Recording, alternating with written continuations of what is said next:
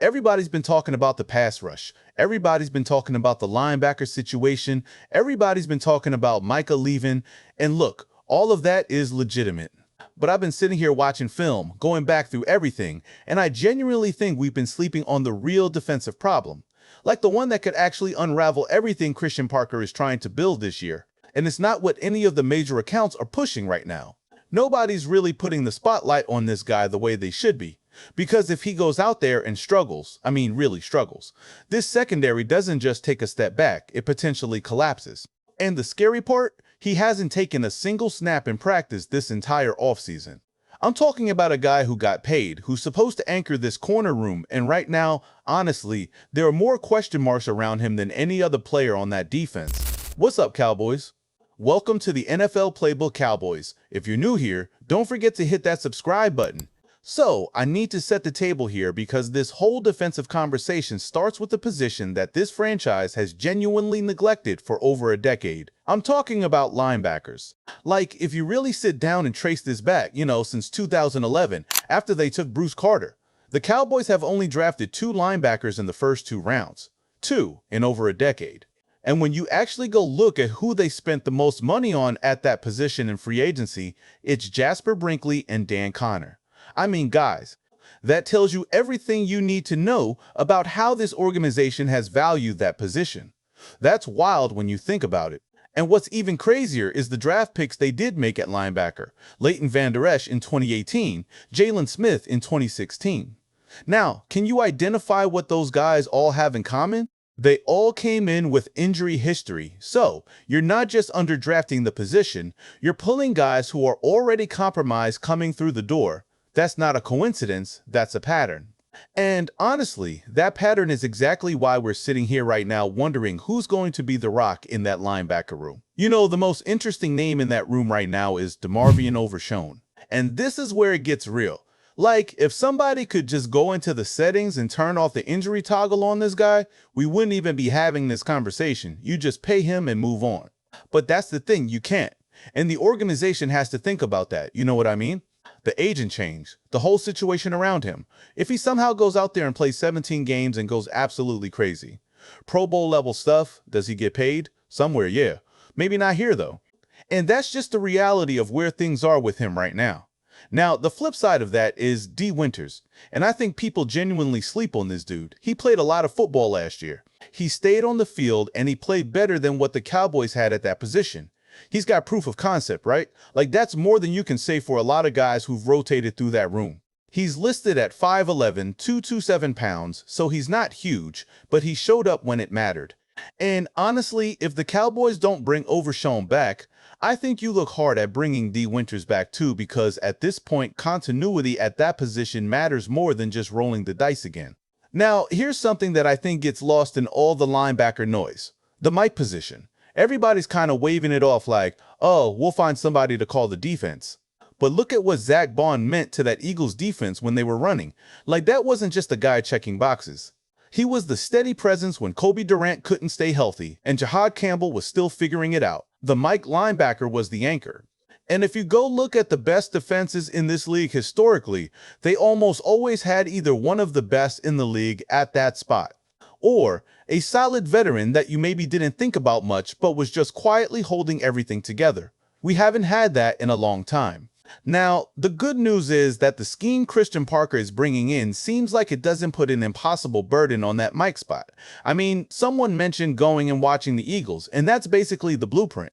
Cobie Durant, Zack Baun, Jihaad Campbell, all different playstyles, right? They coexist. So the scheme can maybe mask some of the limitations at linebacker if the right pieces around it are performing. And that's where guys like Quinnen Williams come in on the defensive line, because if those guys are eating up blocks and creating disruption, everybody's job on the back end gets a little easier. Then there's Jaishawn Barham. And I want to talk about this guy because I think he's been quietly flying under the radar in a way that could genuinely surprise people. Physically, he is the most imposing guy in that room. And if somebody gets hurt, whether it's in the linebacker room or the edge rusher room, Barham might not give that spot back. Like, he has that ability to just splash and make enough plays that you can't take him off the field. He's one of those guys where the more you watch his film, the more you start thinking about what happens if everything breaks right for him this year. Now, let me shift gears and talk about the person I actually believe is carrying the most pressure on this entire defense heading into the season, and that's DaRon Bland. I said it in the intro, and I mean it. This cornerback room, if it doesn't perform, this defense is going to be sitting around 22nd, maybe worse. That's just the reality, and DaRon Bland is the guy who has to set the tone there. And here's what bothers me, though. He has not practiced this entire offseason, not a snap. And we were told last year he was okay, he was healthy, and then we find out later, nah, he was dealing with his foot the whole time. So now he comes out and says he's healthy, he's good to go. I respect it, but I'm not buying it until I see it on the field on game day. Week 7, week 8, that's when I'll know. That's when the footage and the data actually mean something to me. Training camp reps don't move the needle for me right now with this guy. And look, this isn't about hating DaRon Bland, he's only 26. There's still real football left in him. But the honest truth is, since those interceptions, since that run where everybody was hyped on him, he's been okay at times, and then there are stretches where you're just watching him and going, bro, what is happening right now? Fade balls, losing the ball, being off coverage at the worst moments. That's not what you pay for. And the comparison to Trevon Diggs isn't about the person or the circumstances, right? It's just that same energy of, hey, yesterday's price ain't today's price. Show me you're still that guy.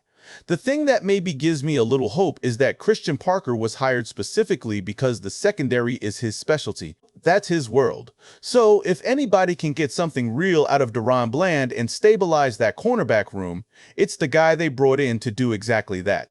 And from what I've heard, DaRon Bland has been in those meeting rooms with Parker working through things. That's not nothing. That matters. I just needed to translate when the lights come on. And you know what's interesting about all of this? The Cowboys are kind of overcorrected in their roster building this offseason. Like if you look at the guys they brought in, they all fit a similar mold. They talk the same. Caleb Downs and Tyler Booker, those guys carry themselves a certain way. Leadership types, captain energy, all of them, which is a massive swing from where things were not long ago. We went from Kelvin Joseph to Caleb Downs. Like that's a completely different organizational philosophy. And I think that matters for culture. I think that matters for accountability. But culture doesn't cover for a cornerback who can't stay healthy.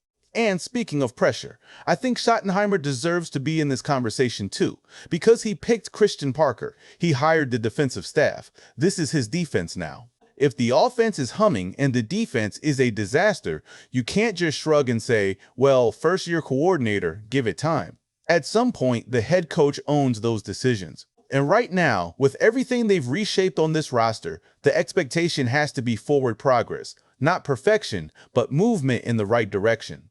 The player who I think most people are sleeping on in terms of pressure, though, outside of Bland, is Tyler Guyton. Because, look, if that left tackle situation is a mess, you're looking at potentially moving Tyler Smith out there, and Tyler Smith has made it pretty clear that's not something he wants long-term. So, Guyton has to be at least solid. And the interesting part, Schottenheimer and Clayton Adams didn't draft him. So, there's no personal attachment there. If he struggles, left tackle becomes the #1 all-season priority next season, full stop. But at the end of all of this, I keep coming back to Bland. Because every other concern on this defense has some kind of solution in the background. A rotation change, a scheme adjustment, a young guy ready to step up. The cornerback room doesn't really have that safety net in the same way. Kobe Durant might be reliable, might not get killed out there, and that has actual value. But if Bland is out there looking like he did in stretches last year, this defense is going to bleed. And all the great interior disruption and all the good safety play in the world isn't going to save you if your corner is getting torched on the outside. So that's where I'm at, honestly. The linebacker stuff, the edge rush depth, the mic position, all real concerns. But the thing that's going to define whether this defense actually takes a step forward or stays stuck, it's going to come down to what DaRon Bland looks like by week 7. That's my honest take. I'll be watching, and you should be too.